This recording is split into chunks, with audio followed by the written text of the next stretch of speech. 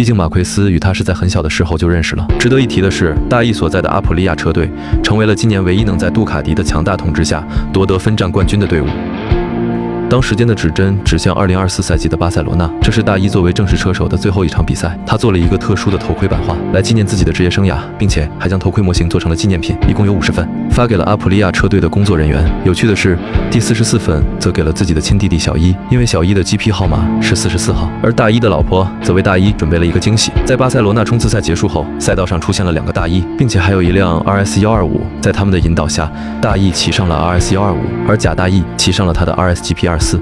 这是大 E 职业生涯中的第1辆赛车和最后1辆赛车。此外，大 E 的老婆还做了最后一场正赛的纪念头盔，上面密密麻麻写着车队全体人员的祝福语。他希望大 E 能带着这些话进行一场完美的谢幕。至此，41号 Alex Espargaro 断开连接。